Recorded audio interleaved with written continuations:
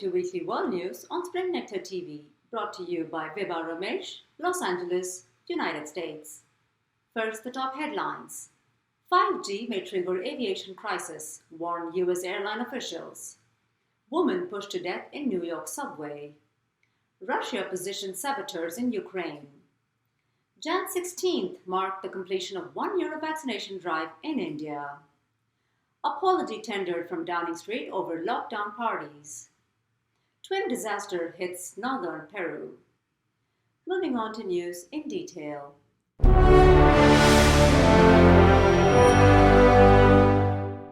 On Monday, US airline chiefs wrote a letter to officials concerned about the impending impact of the new 5G service.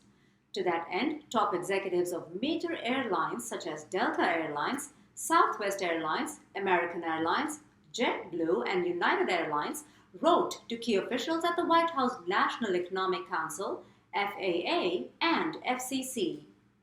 The letter stated the dangerous consequences of the 5G service on the aviation industry. As it read, unless our major hubs are cleared to fly, the vast majority of the traveling and shipping public will essentially be grounded. This means that on a day like yesterday, more than 1,100 flights and 100,000 passengers would be subjected to cancellations, diversions, or delays. To be blunt, the nation's commerce will grind to a halt. In an unfortunate incident, a man pushed a woman at New York's Times Square station. News has it that the 40-year-old victim was pushed in front of a subway train around 9:40 a.m. and the suspect fled the scene. According to Assistant Chief of Police Jason Wilcox, as told to him by a witness, he approaches her and he gets in her space. She gets very, very alarmed. She tries to move away from him and he gets close to her and she feels that he was about to physically push her onto the train.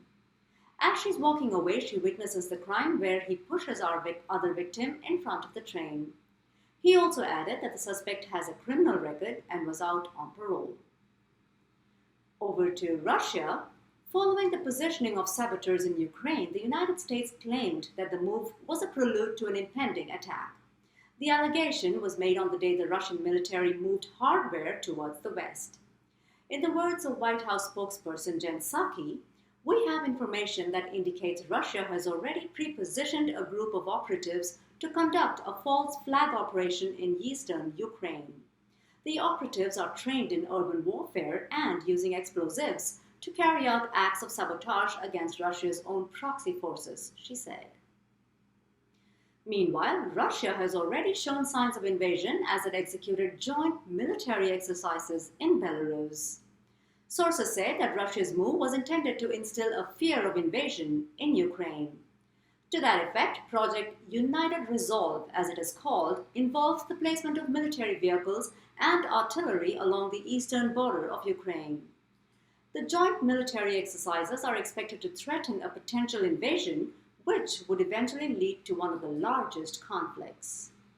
Supporting Russia's move, Belarusian dictator Alexander Lukashenko told military officials to set an exact date and let us know, so we aren't blamed for massing some troops here out of the blue, as if we're preparing to go for war. On Sunday, India successfully completed 1 year of vaccination drive amidst the third wave. According to the Health Ministry, the drive has inoculated over 92% of the population with 1 shot and over 68% with 2. Prime Minister Narendra Modi commended the healthcare staff for their relentless efforts during the pandemic. Meanwhile, India is all set for the India's Central Asia Summit scheduled to take place on Jan 27th. The virtual summit will be hosted by Prime Minister Narendra Modi and will be attended by presidents of Turkmenistan, Uzbekistan, Kyrgyz Republic, Tajikistan, and Kazakhstan. According to the Ministry of External Affairs, the summit, which is the first of its kind, will encompass discussions on steps to take the India-Central Asia relations forward, as well as exchange of views on international and national issues of interest. Moving on to the UK, for the first time, Number 10 tendered a public apology on Friday. Sources said that Downing Street was compelled to apologize to the Queen in view of the parties held during the peak of the pandemic restrictions. The 13 parties, including the ones held a day before the funeral of Prince Philip, are under investigation. Senior members of the Conservative constituency feel that Prime Minister Boris Johnson is losing support due to this act of holding parties at a time when indoor socializing was banned. In the words of Mark Rowley, chairman of the Kettering Conservative Association, "At a local level, we're losing members. People are just not renewing their membership, or they're actively cancelling their membership. So people are starting to talk with their feet. Personally, I think he should resign." On that note, a Friday poll put the Conservatives behind by 10 points with 32 points against Labour with 42 points. On a different note, the Mayor of London has proposed a road tax for all residents starting 2024.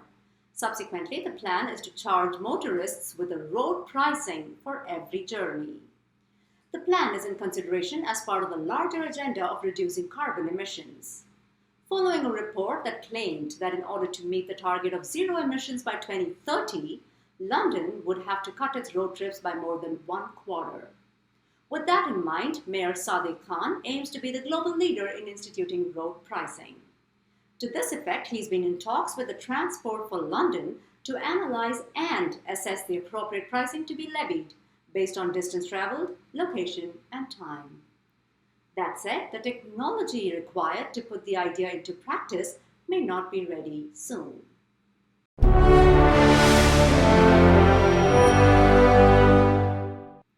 And in Kazakhstan, the peaceful protests that began in the beginning of this month have escalated into violent unrest and chaos, leading to the death of at least 225 people. More than 50,000 people had participated in the demonstrations that eventually led to fierce altercations with security forces. Riots involved the burning of public and private property such as cars, banks, and shops across major cities. Consequently, the country had declared a state of emergency to bring the protests under control. Here's what the head of criminal prosecution said at a briefing on Saturday. During the state of emergency, the bodies of 225 people were delivered to morgues, of which 19 were law enforcement officers and military personnel. Others were armed bandits who participated in terrorist attacks. According to the health minister, over 2,600 people were wounded and were treated in hospitals. 67 of them are still in a serious condition.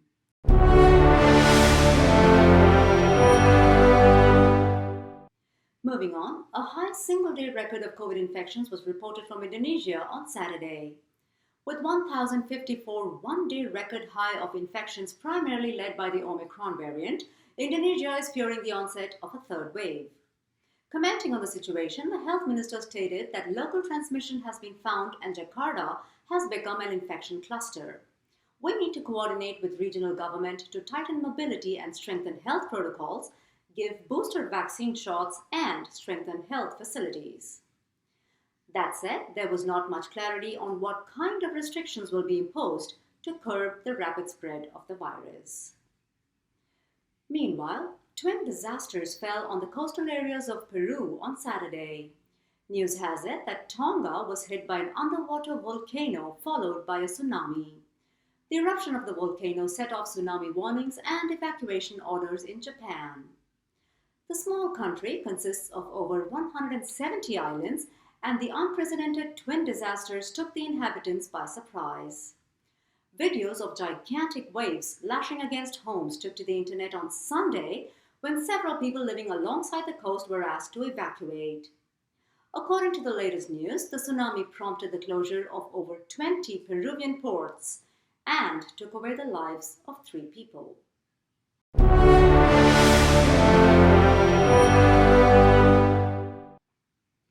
Over to New Zealand, in view of the spread of the Omicron variant, the country has closed its only path that takes overseas citizens to their homes. To that end, an announcement was made on the Managed Isolation and Quarantine System, or MIQ, on Wednesday by COVID-19 Response Minister Chris Hipkins, who said that the move was temporary and that the pathway would be opened soon. However, he did not mention a date when the spaces would become available for travel again.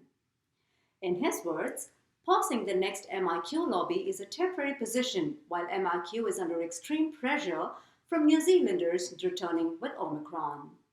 No decisions have been made on the date, sequence, and conditions for the border reopening, and Cabinet will consider options within the next couple weeks based on the most up-to-date advice. Until then, we're not in a position to release more MIQ rooms.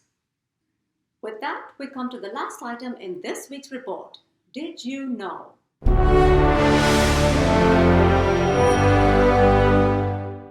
Did you know that a grape would light up if heated in the microwave?